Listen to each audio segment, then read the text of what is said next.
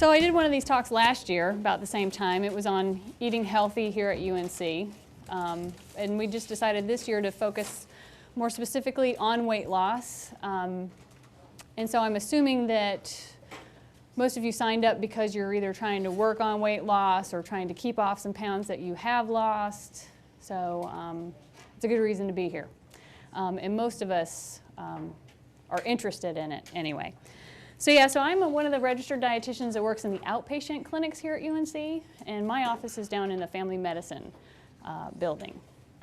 But we have a team of outpatient dietitians. Some of them specialize in different nutrition counseling areas, like pediatrics or, say, eating disorders. So how many of you have tried to lose weight before? Is that everybody? Pretty much. So this is nobody's, there's not anybody here that hasn't tried to lose weight. Okay, so a lot of us have tried different things. Give me some ideas of some things that you may have tried for weight loss in the past. Drinking grapefruit juice, large quantities of grapefruit. Okay, I hadn't heard that one before. Okay. Okay. What else? Michael Thurman. Okay, so he's got a book out, right? Okay. Anybody else? Bob Green. He's Oprah's guy, or one of Oprah's guys. There's Dr. Oz too. Weight Watchers. Yeah, that's very popular. DASH diet. Okay, that one's more, it's oriented towards controlling blood pressure, but it also happens to help with weight loss. And what else? Somebody else said something. Nutrisystem? Okay, and that's one of those where they make the food for you. Let go. How'd that go? Didn't go good. No? I lost good, but then I got hungry and my mom was cooking some fried chicken. Yeah, okay. It's hard to give up entire food groups. Okay, so that's a pretty wide variety of weight loss strategies just in our small group. So imagine what is actually out there to choose from in the real world. It's overwhelming, the number of approaches to weight loss. So, and in fact,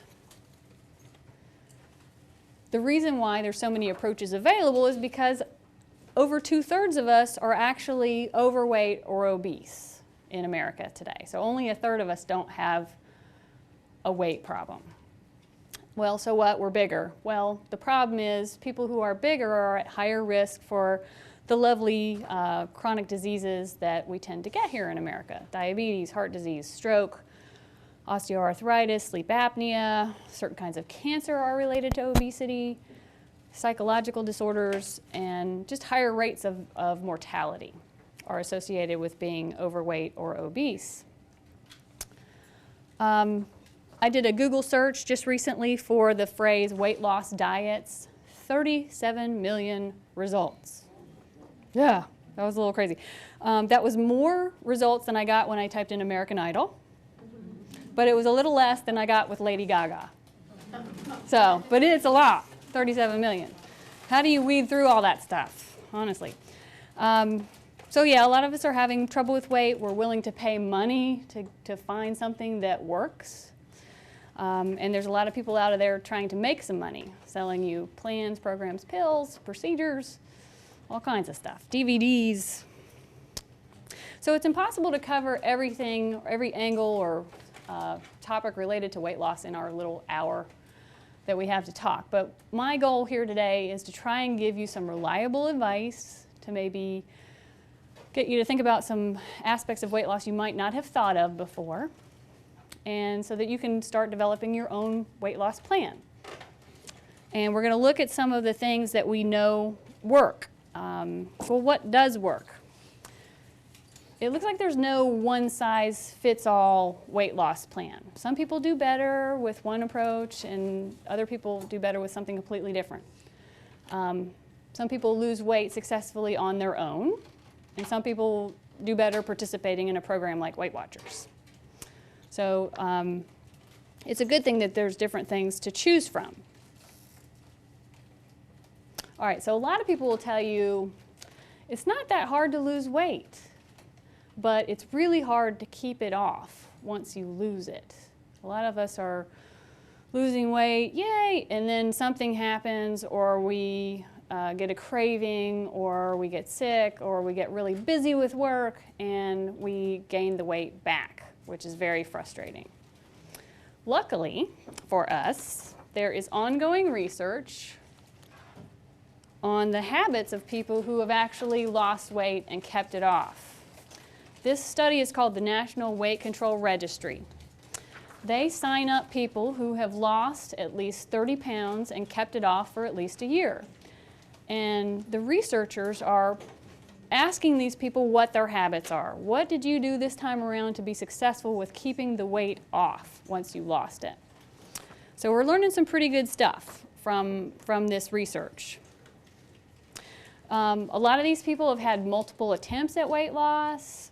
Most of them, there was some sort of trigger for them to attempt weight loss again. So they got sick, they saw themselves in a picture or in a mirror and just said, or they hit an all-time high weight. Those kinds of triggers are good motivation for attempting weight loss. Nothing really earth-shattering is coming out of this. It's pretty common sense. I don't know if you've been looking at the list up there, but these folks tend to eat low-calorie. That does not mean they're starving themselves. It means that they're not eating more than what they're using. They tend to eat on the low-fat side of things. That doesn't mean fat-free. It probably means that they're choosing low-fat dairy products, maybe not eating a lot of fried foods or Alfredo sauce, those kinds of higher calorie, high fat foods. So they're choosy. They are very consistent. They have an eating plan and they stick to it. Like I say, they're not eating willy-nilly. Sometimes our hunger gets a little out of whack and it doesn't tell us when to eat, so they might start off eating on a schedule even, just to get used to an eating plan. A big part of their eating plan is breakfast. That's a top habit of this group of people. If you don't eat breakfast, that might be the one thing that you take out of this talk today. The role that breakfast plays with weight management is key. All right. They eat frequently. They're not meal skippers. Not only do they eat breakfast, they eat about 4 to 5 times a day. It helps to tamp down hunger, keeps metabolism higher. They are very active. They average 60 minutes or more of some sort of moderate aerobic activity most days. Most common form of exercise for them is walking, which is generally the most convenient form of exercise for most people. They add in maybe some classes just to give themselves some variety, maybe aerobics or some swimming, biking, that kind of thing. That one thing, the physical activity, seems to be the one habit that's most closely related with preventing regain of weight.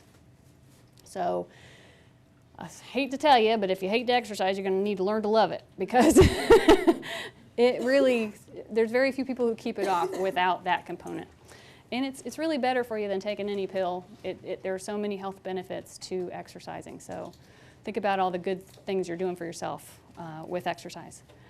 On the flip side of that, they're not couch potatoes. They don't sit around and watch a lot of TV. It may be because they're doing an hour of exercise every day.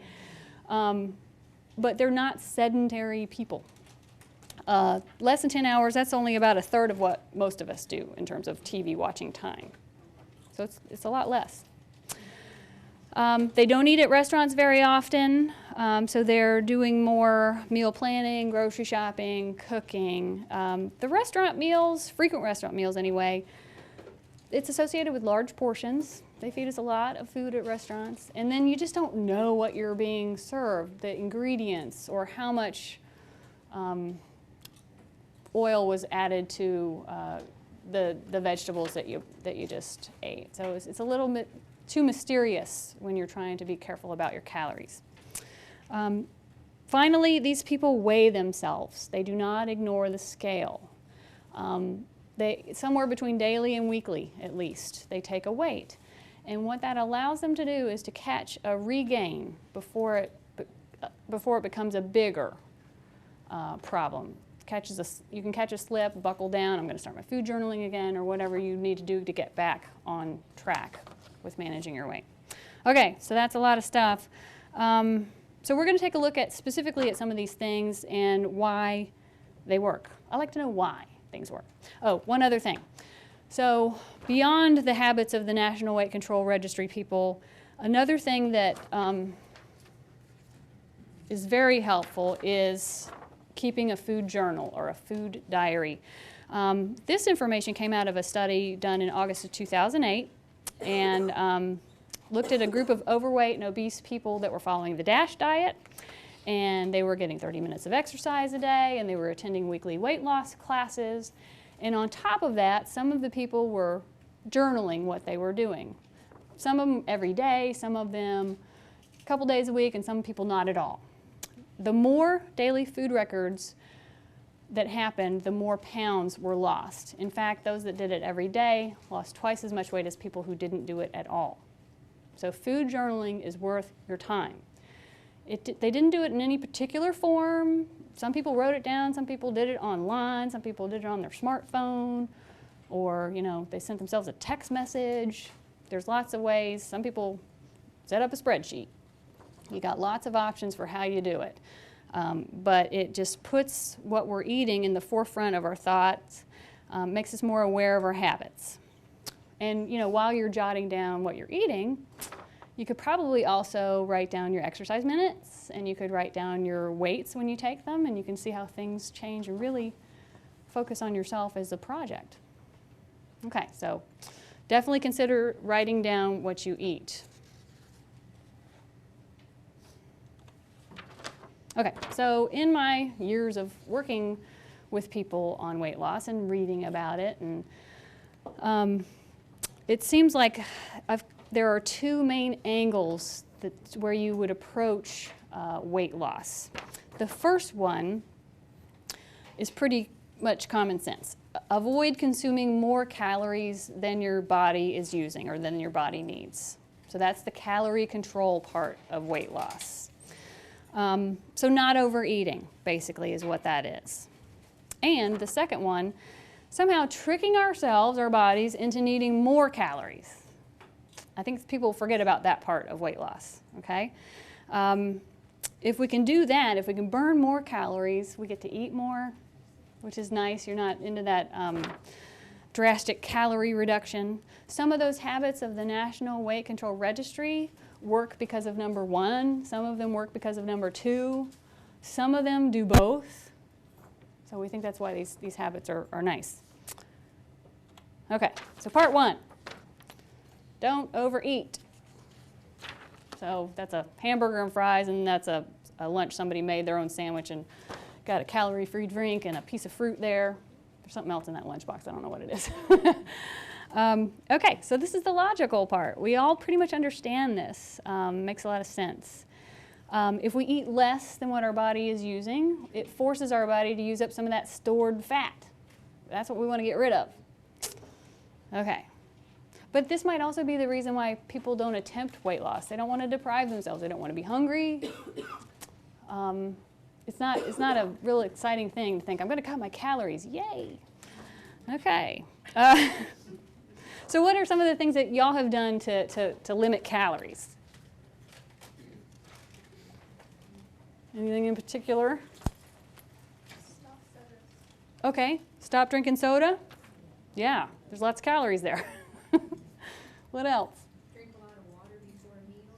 Okay, and what does that do? Makes you not so hungry. Okay. Kind of makes you feel more full. Okay, all right. Actually write them down. Ri- Food, how much calories. Like read labels and know what the calories are and write it down. Yeah, yeah. If I come to the fast food, I Mhm. don't get the meal, the thing that, where everything comes with it, like the fries and the drink. The combo? Yeah, the combo. I just get the hamburger or the chicken. Yeah. Or something instead of the other stuff, how.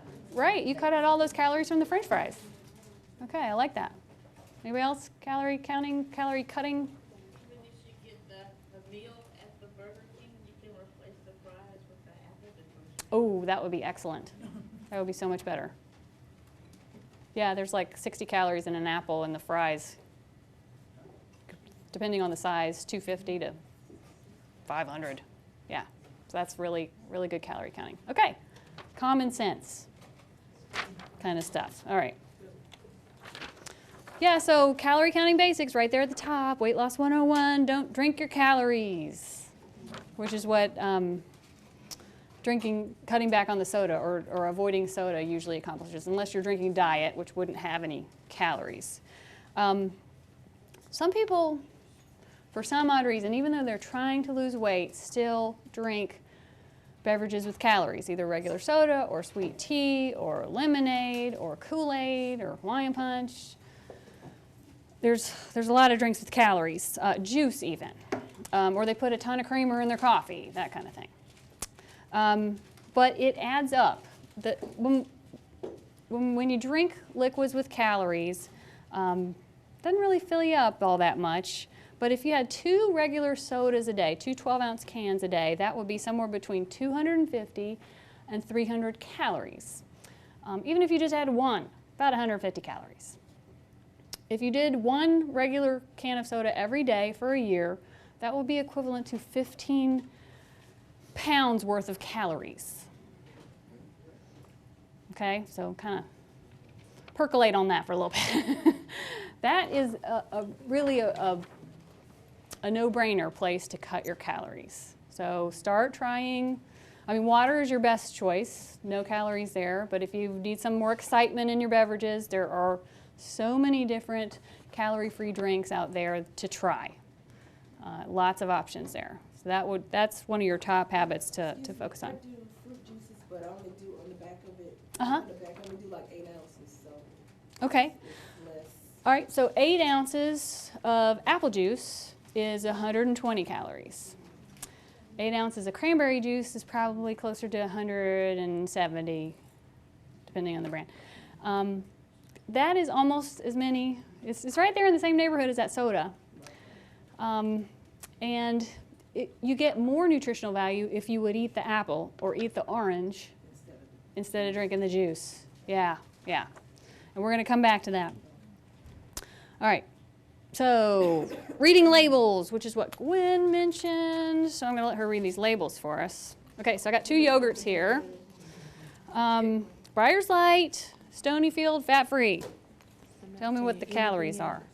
Calories 80. Which one? Calories 5. Okay, so 80. The Breyer's Light. Okay, and what's the other one?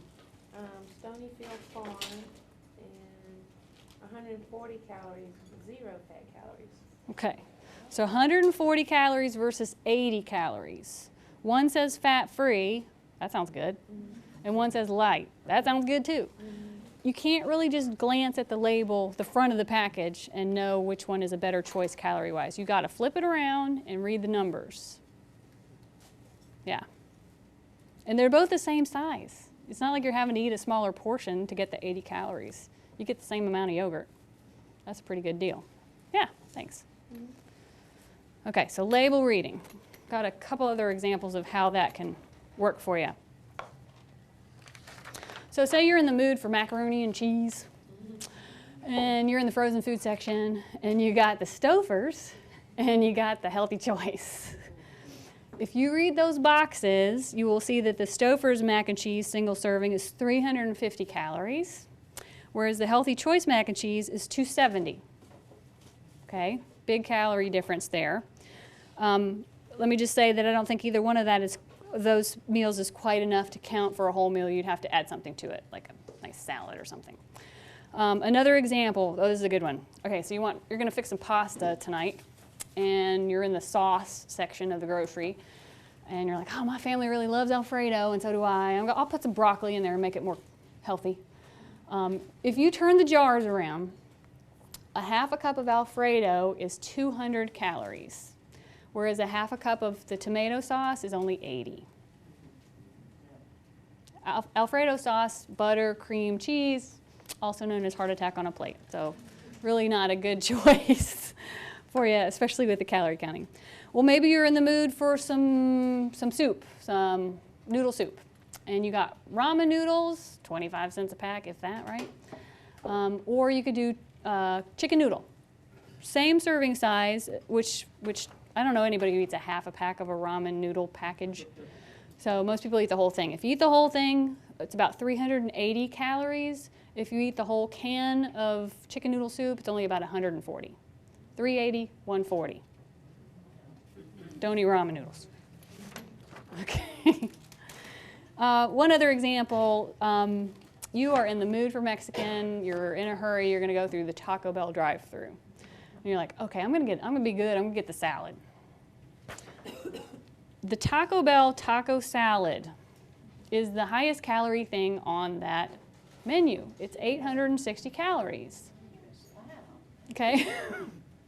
So you're much better off with a taco or with a bean burrito or something else that's, you know, closer in the 300 calorie range in that setting. So don't assume because the word salad is in there that it's a good choice. Got to know the numbers. You know, the television, they have this commercial that is supposed to have these diet menu or taco menu. Yeah, they have like a fresca menu, and they don't use as much cheese and the more veggies. Yeah, so that is going to be a better choice. Yeah, I'm not saying you can't make a good choice at Taco Bell, but you can make a bad one for sure. Okay. All right, so that was reading labels. Portion control, and I've got a little qualifier in there with calorie-dense foods. And the point of that is don't measure the lettuce. Don't measure the carrots. Don't measure the tomato, that kind of thing. There's hardly any calories in it, and you can eat as much of that stuff as you want. But you do need to measure the peanuts, the salad dressing, the pasta, the rice, these things that are more calorie dense, that if you overeat, it will make a big difference in the number of calories that you've had. There are 175 calories in a quarter cup of peanuts. You need to know that. That's pretty close to a small handful, so that's a good enough measure for me. But if you sit down with the whole can, that's a lot of calories. You can do things like use measuring cups. You can use measuring spoons for the dressings. You can get a kitchen scale. I have a kitchen scale. Love my kitchen scale. It's really helpful for things that where the serving size is listed as a weight. So for instance, pasta. If you read a box of pasta, it'll say serving size 2 ounces. That is a weight ounce. It's not 2 ounces on a measuring cup. So you'd have to actually weigh the pasta to figure out what that was. Now you can choose to give yourself 3 ounces, but you need to know what that looks like and how much pasta that is. So consider getting a kitchen scale. They're very, very handy.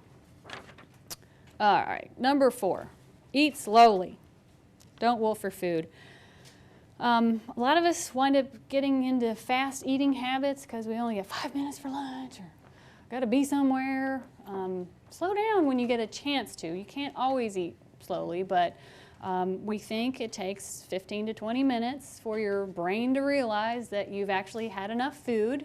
And if you've eaten your food in 10 minutes, you could easily overeat. So take your time with eating whenever you possibly can, like today. Okay. Makes a difference in how much we wind up eating. Avoid mindless eating. What is mindless eating?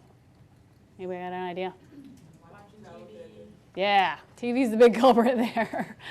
Or watching TV and sitting down with an entire box or bag of something. Yeah, if you sit down in front of the TV and you've already counted out the number of crackers you're going to have and you eat just that and you put the box back, not quite as dangerous. Reading, right. That's true. Sometimes you could just keep doing this while you're reading. Or on the computer, you know, we're on Facebook and we're, right. Yeah, so that's mindless eating. Also, we do mindless eating when we use larger plates, larger cups. We will mindlessly serve ourselves more food and eat more just because of those environmental cues like that. Question. Why is it, I'm 58, Yeah. so why is it that all my weight is coming right up in here now? I don't understand. I even lose weight, and whenever I gain weight, it comes right here. Yeah, that can have a lot to do with your particular body type. Some women gain it in other places. I don't know, you know, you mentioned that you think it's related to your age, which it may be. and that is the area of fat where we want to try to reduce the most. But yeah, that's frustrating. But our body kind of chooses to put it on where it wants to. There may be some there's some foods that we think help with losing weight in the middle. I don't know how good the science is, but I have read that people who eat more whole grains in their weight loss effort tend to lose more weight in the middle. So that's an approach that you can take. So, and whole grains so much more nutritious than the more processed stuff. Yeah, good question. Sure. So avoid the mindless eating. Don't have a bowl of candy sitting right out there on your desk or in the office. That's mindless eating. Okay, that's another one. All right, don't use food as a way to cope with stress. It is a common thing that we see. We see it in the movies all the time. They always got the lady that's all upset and she's eating the ice cream. She's just, you know, got the whole container sitting there. Yeah, try not to do that. It usually leads to more stress about your weight. Okay, so it really doesn't help in the long run. Anybody got some good ideas as to other things you could do to deal with stress besides eat? Exercise. Yeah, that's a good one. Yeah. Calling somebody. Yeah. Right. You seek therapy, right. Yeah. If you truly have depression, that needs to be managed and treated, and you're not going to make that much progress with weight loss if you have an issue like that and it's not being treated.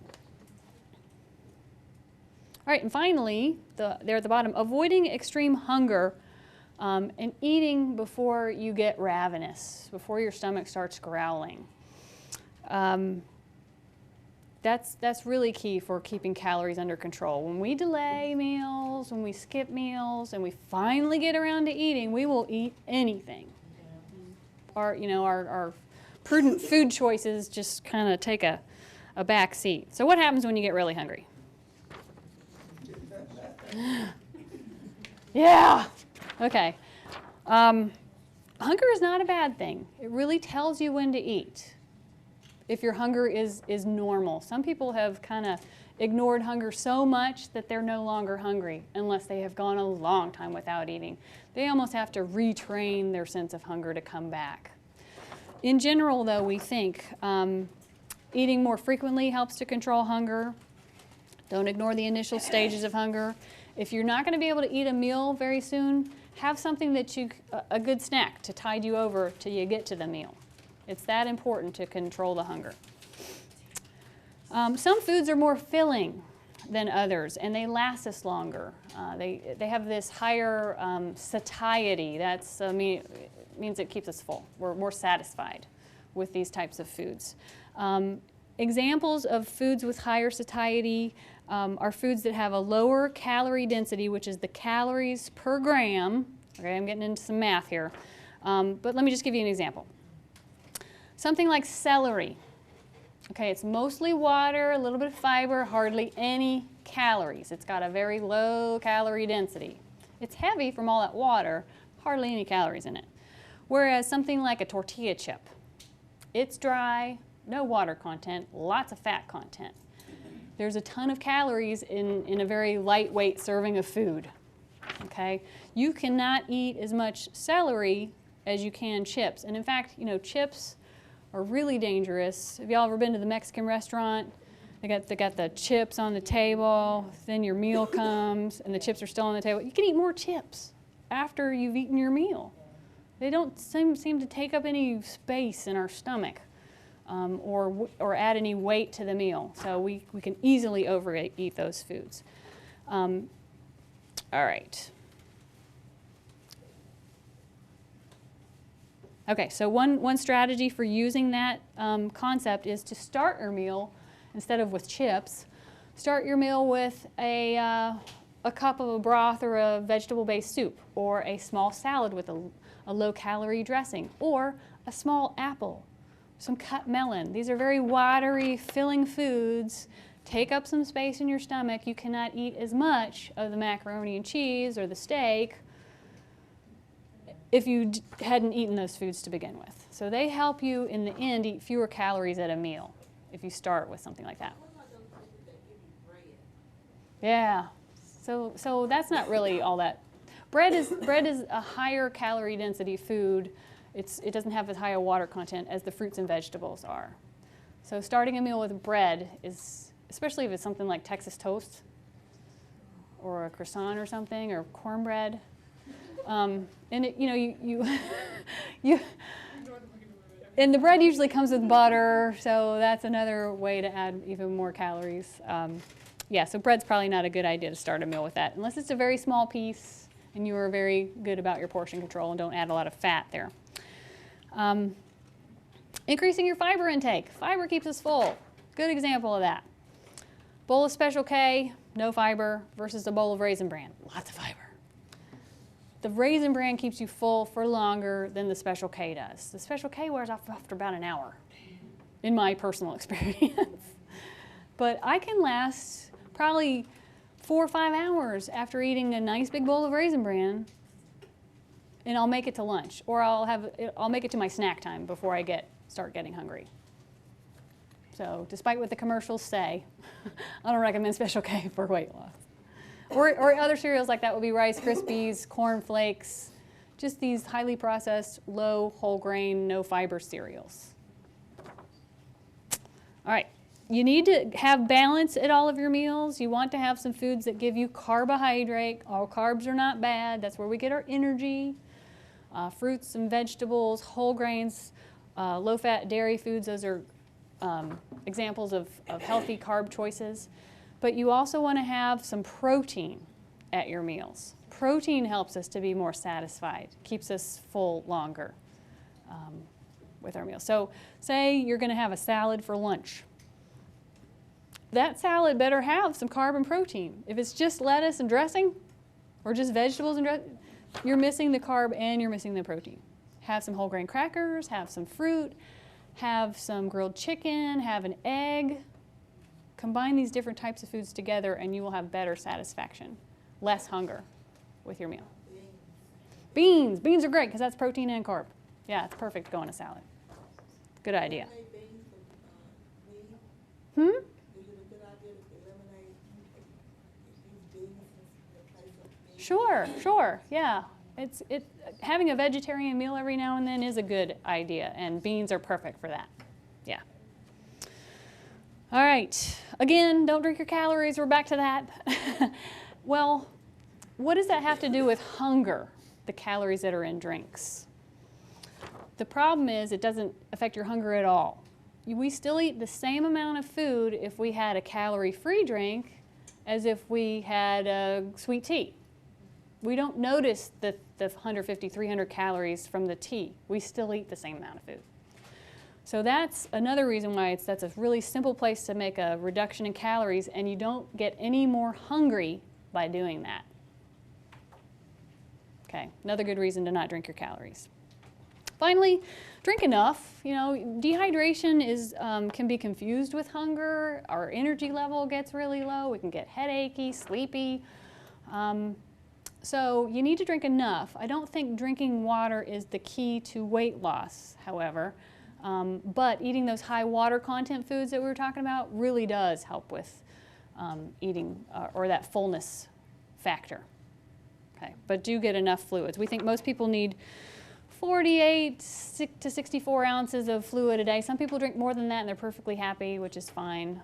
You find what's right for you, but avoid not drinking enough. Okay, so that's calories. So probably you're wondering, well, how many calories do I need to eat? Anybody wondering that? Okay. So let's talk about that. Everybody's different. There's tables that tell you, well, the average woman of this age and activity level needs this many calories. But it depends on your age, your sex, how tall you are, how much you weigh, and how much exercise or activity you're getting. That's a lot of different variables. So we should come up with different numbers depending on what those things are. There are formulas that tell us, we can plug all that stuff into and it'll give us a rough estimate. It's an educated guess, a place to start. Let's do this with somebody. Let's see. And y'all can go back and do this. There we go. yourselves when you get back to your computer or you get home. All right, great website called mypyramid.gov, and it's on your slide there. You can come in here and actually get a calculation of your calories, which is nice. So let's go to My Pyramid Plan. Okay, and it gives you this lovely screen where you can just plug in some numbers. So I'm going to do an imaginary woman who is 40 years old, and she's female, and she weighs 180 pounds, and she is 5 feet 4 inches tall. And she does, let's say she's getting 30 to 60 minutes of exercise, just for the heck of it. Okay, so based on that information, okay, it says, all right, the weight you entered is above the healthy weight for your height. And it tells you why that's a problem. So it gives you two choices. You could get a food plan to just maintain that weight, or you can get a food plan that will gradually move you towards a healthier weight. Okay, so let's see how many calories she just needs just to keep her weight. Look at that, 2,400 calories. That sounds like a lot, doesn't it? Yeah. Well, the bigger you are, the more calories you need. Okay, you're carrying around more weight, that's more effort. There's more of you that requires more calories. Let's go back. Let's see what it says if she wants to gradually move towards a healthier weight. And the key word there is gradually. 2,000. So it brought it down from 2,400 to 2,000. So if she ate 2,000 calories a day, she would gradually lose weight. Eventually, you know, we kind of hit those plateaus with weight loss. That would be a good time to come back in here, plug in the new numbers. Say she's lost 20 pounds. She's probably not going to get the same amount of calories because there's less of her. Okay? So definitely go back to this website. There's lots of options or places to get a calorie estimate. The Mayo Clinic has one. Almost any weight loss book, like the Bob Greene book, will have a calculator. Weight Watchers does their points, which is based on calories to some degree. So you got lots of places to get that information. Oops. Yikes. There we go. Okay, so you figure out what you need and you eat less. These formulas are based on measures of metabolism. Metabolism is the rate at which you're burning calories. So our next topic is metabolism. Some of you may need to focus on getting your metabolism up before you do some drastic calorie counting. I think a lot of people do things unknowingly that reduce their metabolism, and they get very frustrated. They come into my office and they say, I'm not eating hardly anything at all, and I cannot lose weight, or I am gaining weight. And it seems like a really big mystery. I don't think they're fibbing to me either. I think they're telling me the truth. And they have just unknowingly done some things that to depress the metabolism. So let's talk about that for a little bit. All right, so keep the fire burning. I like to think of it as a campfire, my metabolism. All right, this part is a little less logical than the calories. So metabolism, the rate at which you're burning calories. For weight loss, we want a higher metabolism. We want to burn more calories, okay? That means you get to eat more food while you're losing weight. So the campfire analogy. I know there's things that I can do to make my fire burn hotter, and there's also things that I can do to make it go out, like the fire extinguisher, okay?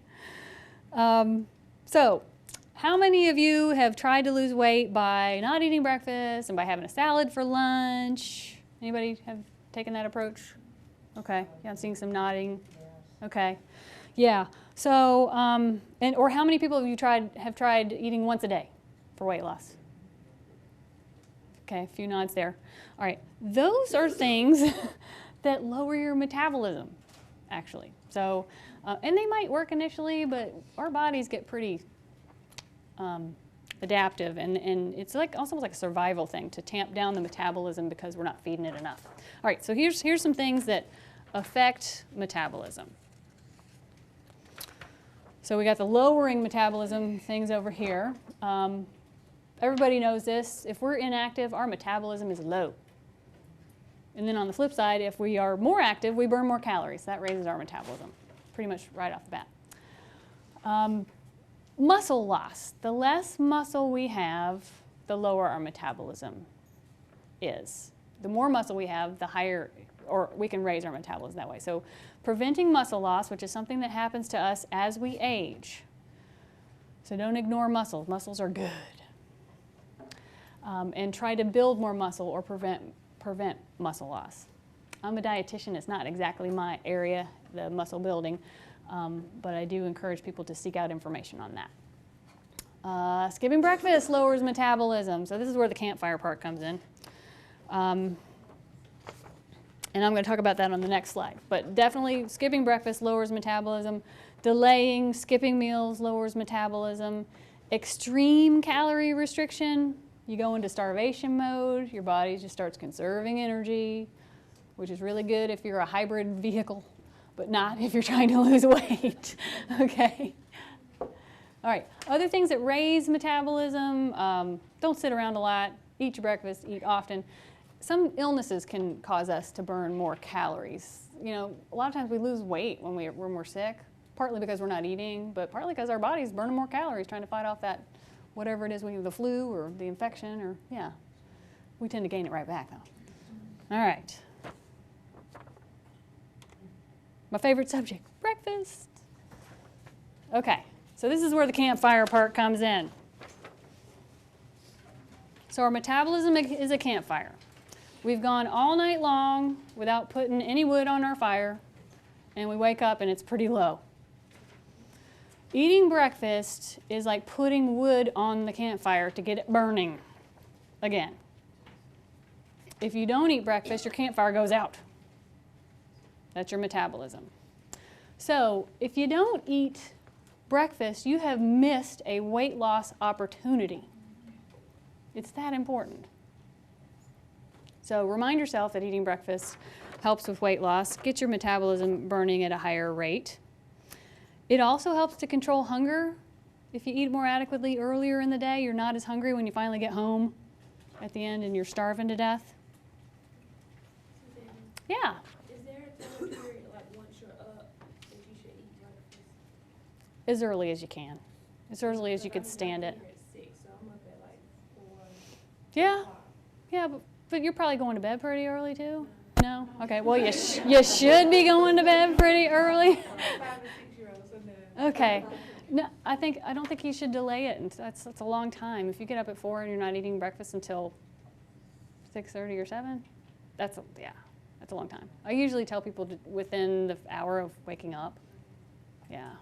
I mean, some people get nauseous with breakfast, and it's like I'm asking them to go get a root canal to eat breakfast. They can't stand it. Yeah, so if breakfast is going to make you sick, maybe try a smoothie kind of thing to get you started, at least get the breakfast started, and then maybe you can eat something else an hour later. You know, work up to it, build up your tolerance for breakfast. What about carnation? Yeah, that might be a good thing to try to start with. You know, some low-fat milk and a packet of Carnation instant breakfast would be good. I want you to work up to more calories than that. Breakfast should not just be a banana or just a yogurt.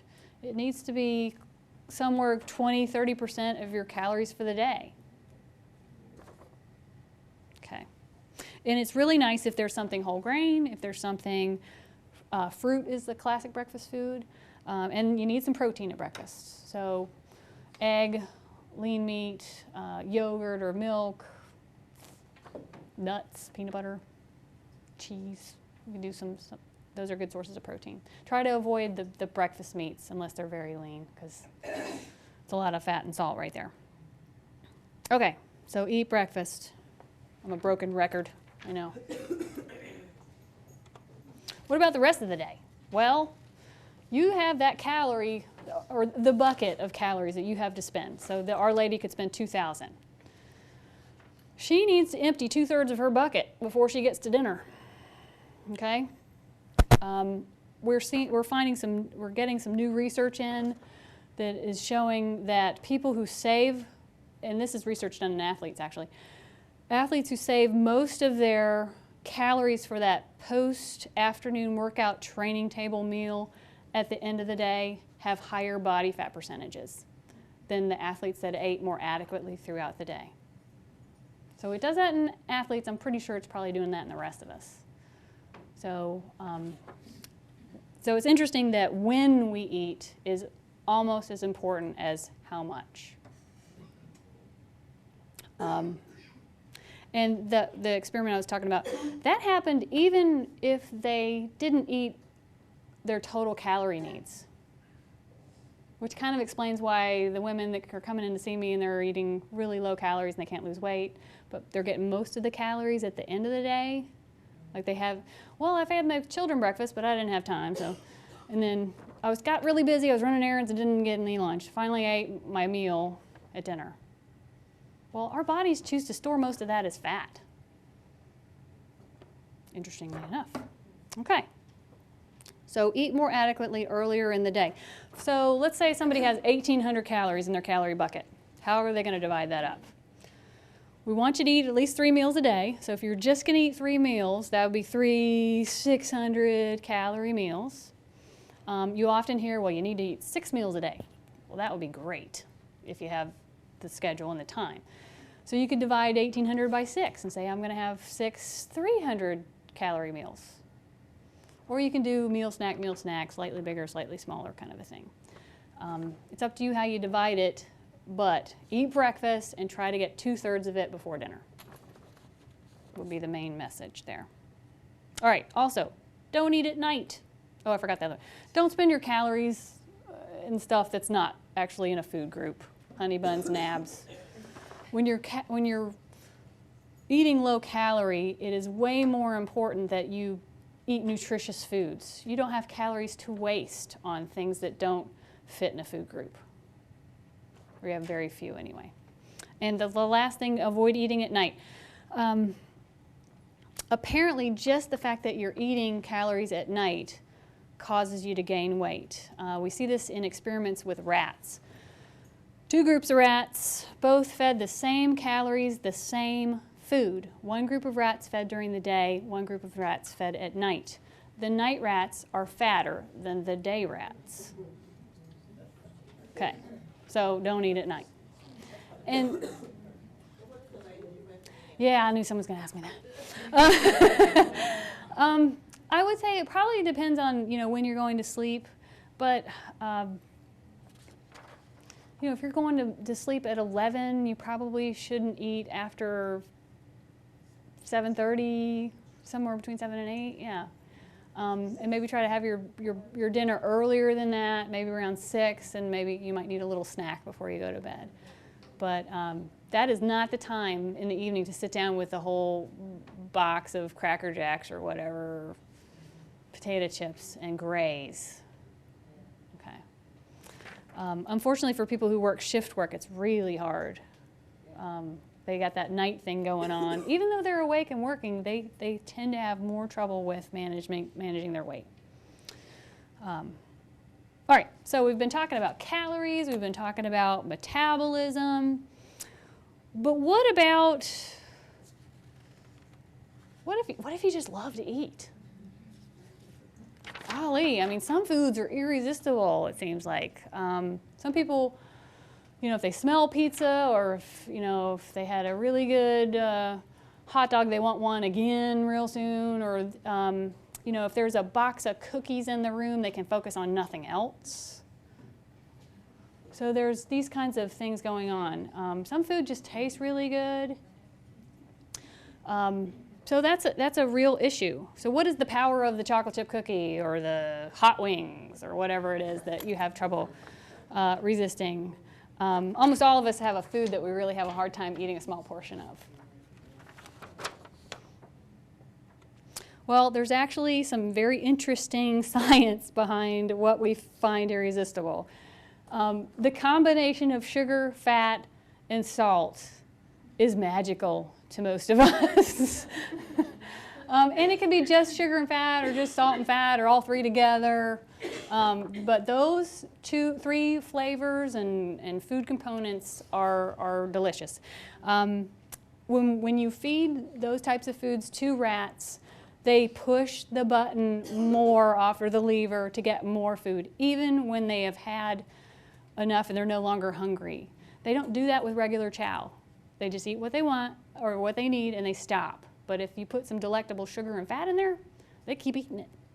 Okay, so we do the same thing. It actually triggers release of neurotransmitters, dopamine. Focuses our attention on that food because it's so good. And the next time we encounter that food or something related to that food, even the smell or you walk by the place where you ate that food, it triggers that connection and you want it.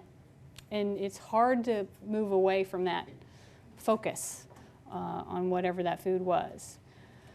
So it's almost like we're hardwired for that.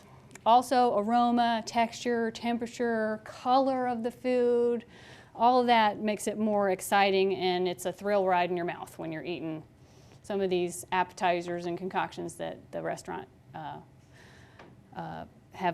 have come up with. So food manufacturers know this stuff about what we cannot resist, and they design their foods so that we want it really bad.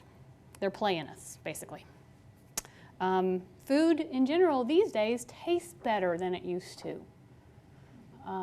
That might be related to why obesity is such a problem now, a bigger problem than it was before. We've made our food taste really, really good, and we're used to that, and we expect it. All right. So everybody doesn't have this, though. Do you know somebody who can just eat half a cookie and put the rest back? There are people out there who do that. My sister does that. So some people don't fall victim to this, but about half of people who are obese and 30% of people who are overweight, 20% of normal weight people even, score high on questions such as, it's hard to resist a highly palatable food. It's hard for me to feel full when I'm eating.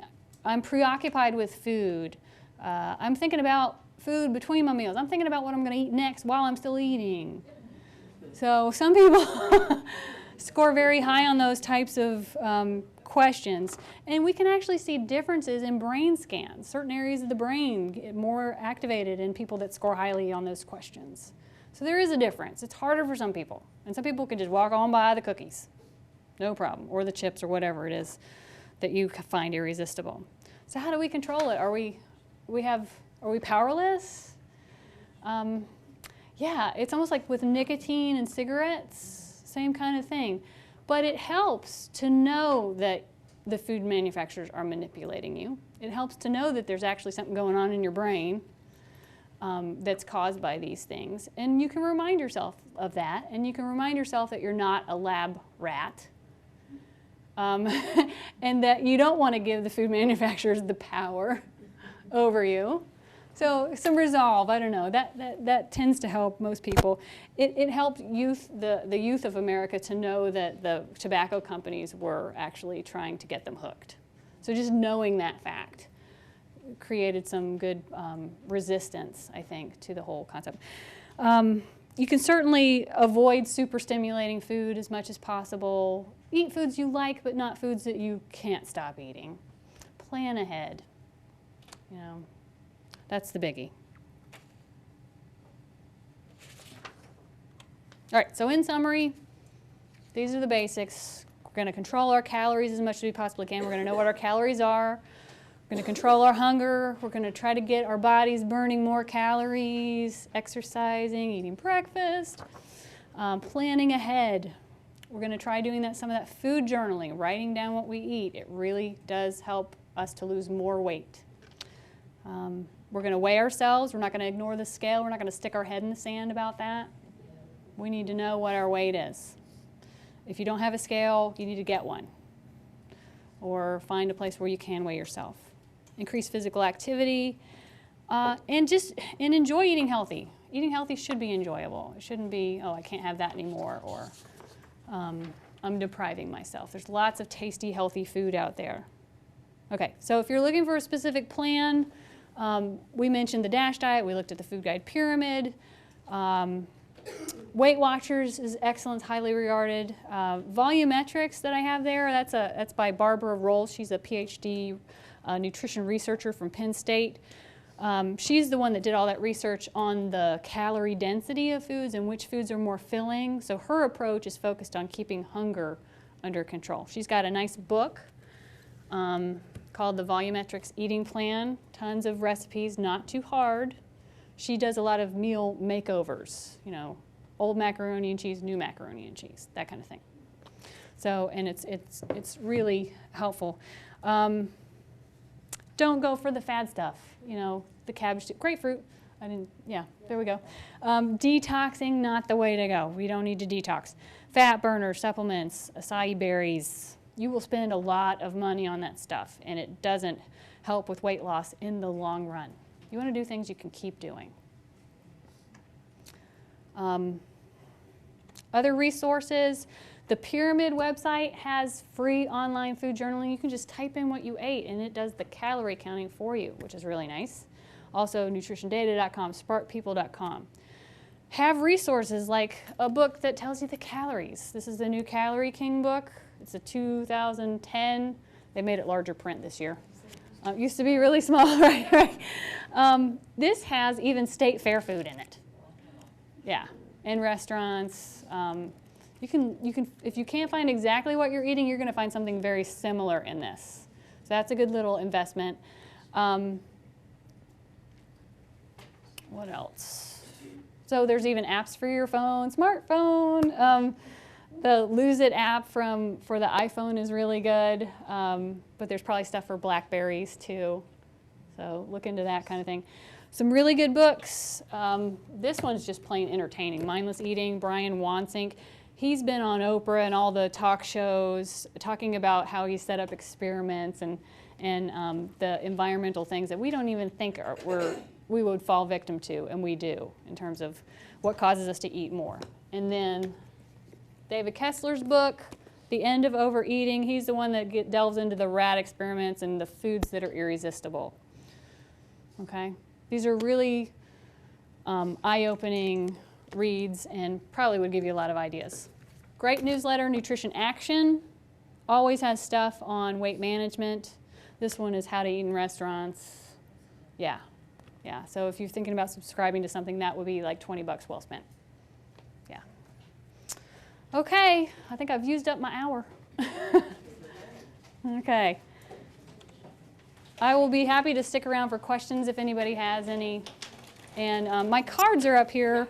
We can just combine them. Okay. There's a new benefit for nutrition counseling for state health plan now. Yeah. And 4 nutrition visits a year for any reason. You don't have to have diabetes to see a dietitian now. So look into that if you're interested. But my cards are up here if you're wanting to look into that. All right. Thank you.